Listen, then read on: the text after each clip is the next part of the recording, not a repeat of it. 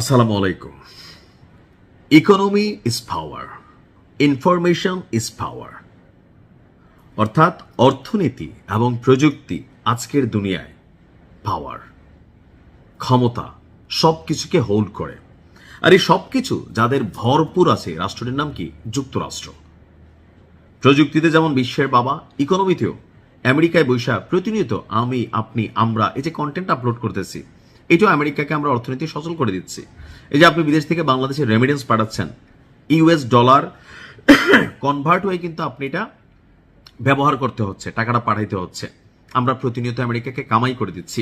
আর এই কামাইয়ের কারণে তারা করে কি, যে যুদ্ধ টুদ্ধ বিভিন্ন কিছুতে, বা বিশ্বব্যাংক, এডিবি, এইডিবি, জাতিসংঘ, হিউম্যান রাইটস ওয়াচ বিভিন্ন কিছু বানাইয়া পৃথিবীকে টেকনিক্যালি তারাই সাদা বানায়, তারাই কালো বানায়, কারণ তাদের কাছে টাকা আছে। আর এই টাকার বলে ইরানের সাথে যে যুদ্ধে লিপ্ত হয়েছে, সেই যুদ্ধে এবার ইরান ভিন্ন রকম একটা পদ্ধতি অবলম্বন করছে। পদ্ধতিটির নাম হচ্ছে হাতে মারবো না, ভাতে মারবো। এখন ভাতে কিভাবে মারবে? যুক্তরাষ্ট্রকে অর্থনৈতিক চাপে ফেলে পিছু হটতে বাধ্য করবে ইরান। বলা হচ্ছে যে যুদ্ধের 10ম দিনে এসে আমরা যখন ভাবছিলাম ইরান মনে হয় পোতাই গেছে, আসলে পোতাইতেছে না, তলে তলে শক্তি সঞ্চয় করতেছে।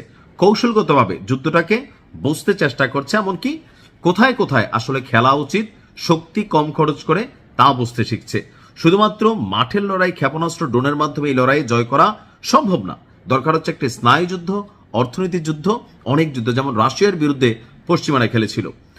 ইরান বলছে যে এই সংঘাত থেকে ডোনাল্ড ট্রাম্পকে পিছু হটতে বাধ্য করতে উপসাগরীয় দেশগুলোর উপর আক্রমণ অব্যাহত রাখা হতে পারে। অর্থাৎ মধ্যপ্রাচ্যের যে রাষ্ট্রগুলো, এখানে এই পশ্চিমা রাষ্ট্রগুলো, যুক্তরাষ্ট্র বিলিয়নস অফ ডলার বিনিয়োগ করেছে, সামরিক বেসের জন্য বিলিয়ন বিলিয়ন ট্রিলিয়ন ডলার এখানে বিনিয়োগ করেছে। তো এই যে অর্থনৈতিক যে হাবগুলো আছে বা জোনগুলো আছে, এগুলাকে টানা খেলবে। আর এতে কি হবে? মার্কিন অর্থনীতি ক্ষতিগ্রস্ত হবে। আর যখন ক্ষতিগ্রস্ত হবে, তখন যুদ্ধ চালানোটা অনেক ব্যয় সাপেক্ষ। কারণ এখানে ইরানের তৈরি $10,000 একটা ড্রোনকে উড়ানোর জন্য আমেরিকার $70,000 একটা বিচি খরচ হচ্ছে। বুঝাতে পারছি?